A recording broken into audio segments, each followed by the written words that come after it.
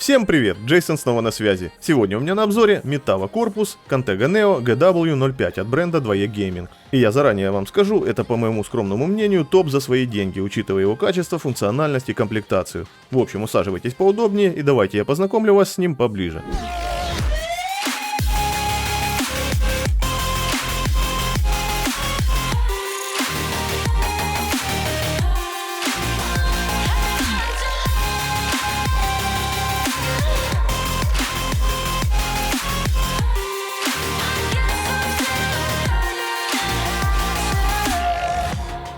Начнем, как полагается, с габаритов. Они у данного корпуса такие: длина 460, ширина 215, высота 482 мм. Как вы могли заметить, в комплекте с корпусом поставляются 5 вентиляторов. На передней панели закреплены два 200 мм пропеллера, на верхней два 120 мм и еще один такой же на 120 мм закреплен на задней панели. Все они имеют яркую встроенную RGB подсветку и выполнены на гидравлическом подшипнике. Подключаются через стандартные трехпиновые коннекторы. У 200 мм толщина рамки составляет 25 мм. Рамка полупрозрачная, демпферов по углам нет, лопастей 11 штук. Длина у обоих кабелей более 500 мм. У 120 мм толщина такая же, 25 мм, длина кабеля тоже более 500 мм, демпферы по углам отсутствуют, рамка полупрозрачная, лопастей 7 штук. В комплекте с корпусом поставляется многофункциональный контроллер, который можно закрепить на корпусе с помощью вот этих липучек, прикрепив одну к контроллеру, а вторую соответственно к корпусу. Подключается к блоку питания через разъем SATA. К контроллеру можно подключить до 5 вентиляторов со стандартными 3 либо 4-пиновыми разъемами. Первый разъем здесь занят кабелем, на конце у которого находится глазок ИК приемника. Поэтому для управления контроллером можно пользоваться идущим в комплекте пультом DU, но о нем поговорим немного позже. Для устройства с RGB подсветкой здесь имеется 6 разъемов. 5 из них здесь займут предустановленные вентиляторы.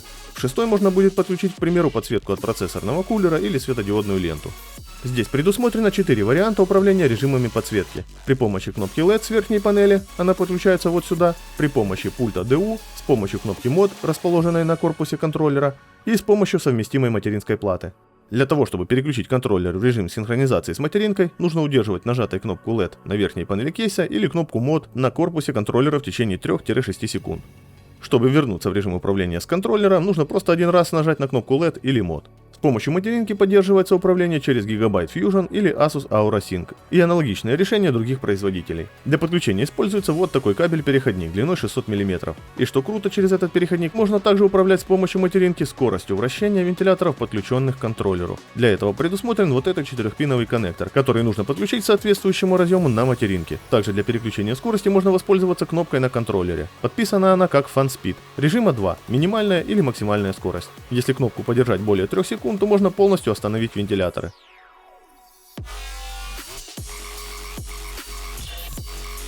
Также на контроллере имеется кнопка LED Speed, которая отвечает за изменение скорости исполнения светового эффекта. Радует, что данный контроллер запоминает настройки даже после выключения ПК, поэтому не придется его каждый раз настраивать заново. Ну и наконец переходим к беспроводному пульту DU. С его помощью, помимо стандартных действий типа изменения цвета и эффектов подсветки, ее отключения и включения, а также управления скоростью эффекта и изменения его яркости, можно регулировать скорость вращения вентиляторов в том же диапазоне, что и кнопкой на контроллере, а также переключать контроллер в режим синхронизации с материнкой. По охлаждению в данном корпусе получается, что на задней части шасси корпуса здесь можно разместить один вентилятор на 120 мм или такого же размера радиатор СЖО.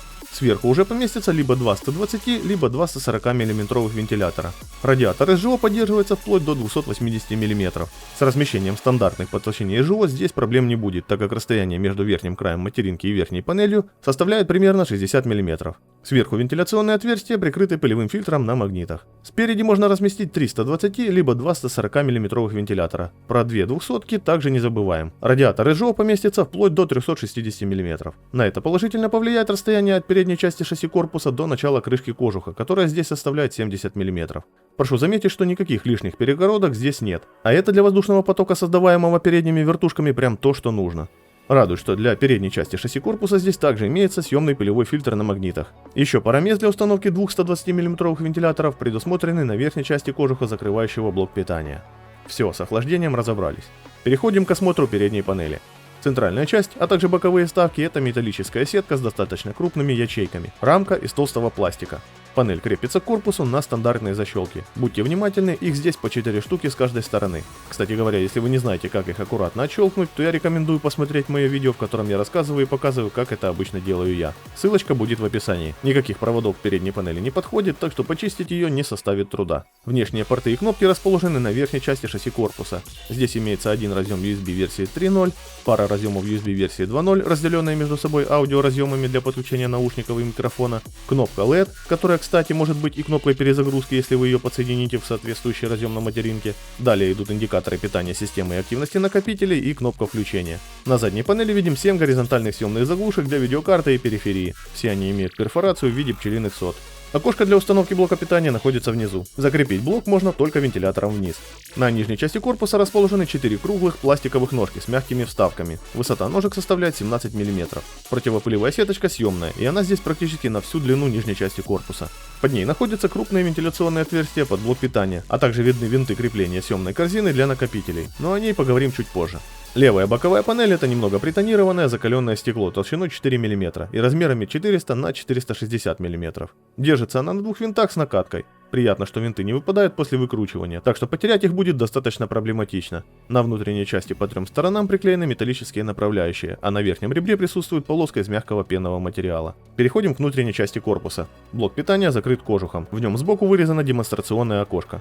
Сверху помимо вентиляционных отверстий имеется 4 прямоугольных отверстия для кабель-менеджмента. Вот эта стойка здесь находится неспроста. В комплекте с корпусом идет вот такая съемная рамка, на которой здесь можно разместить либо один 3,5 дюймовый накопитель, либо два 2,5 дюймовых. Корпус может принять на борт материнки формата Mini ATX, Micro ATX, ATX и Extended ATX. И для их крепления в комплекте идут 9 стоек, 6 из которых уже вкручены на свои места, а еще 3 лежат в пакетике с дополнительным крепежом. Кстати говоря, центральная стойка имеет небольшой выступ, который вам поможет в момент установки в корпус материнки. За счет него она не будет ерзать внутри корпуса, пока вы ее не прикрутили хотя бы к одной стойке. Комплект поставки достаточный, и приятным дополнением в нем является накидная головка для удобной установки либо снятия стоек под материнку. Еще одним приятным дополнением являются резиновые заглушки на отверстиях для кабель-менеджмента. Для установки здесь видеокарты расстояние от края до края равно 380 мм, а это дает нам возможность разместить здесь любую актуальную на данный момент видеокарту. Кулер для процессора можно установить высотой до 165 мм включительно. Для укладки кабелей между поддоном материнки и правой панелью предусмотрено в среднем 20 мм свободного пространства. Правая боковая панель ровная, крепится на два винта с накаткой. Они так же, как и на левой панели, не выпадают после выкручивания. Оснащена небольшим выступом для облегчения демонтажа. Панель тяжелая и крепкая, имеет ребра жесткости. Толщина металла панели, а также шасси корпуса 0,8 мм. В месте установки блока питания предусмотрены две длинные мягкие полоски, которые здесь играют роль демпферов. В таком положении корзины для накопителей имеем 230 мм пространства, чего должно хватить для установки большинства стандартных блоков питания. Корзину можно передвинуть ближе к передней панели, и тем самым вы получите уже 260 мм свободного пространства. И снова приятность, корзина крепится к корпусу через 4 резиновые проставки, которые выполняют роль демпферов. В нее можно установить два 3,5 дюймовых диска, причем верхний можно заменить на 2,5 дюймовый диск. Еще два 2,5 дюймовых диска или один 3,5 дюймовый можно закрепить на вот этой съемной пластине. Она крепится одним винтом, и он по аналогии с крепежом левой и правой панели не выпадает из нее. Все отверстия в корпусе либо завальцованы, либо выполнены аккуратно и без острых граней. Имеется большое количество выступов для крепления кабелей стяжками. Вот так примерно будет выглядеть сборочка в данном корпусе, и как по мне все получилось достаточно аккуратно и стильно.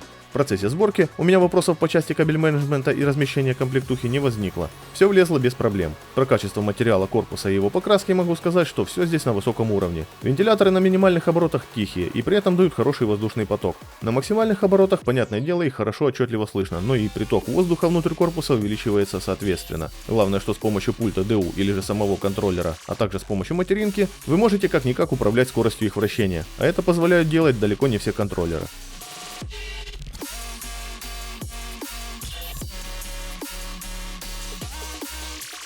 Подводя итог, скажу, что по моему скромному мнению, Contega Neo это топ за свои деньги, учитывая его качество, функциональность и комплектацию.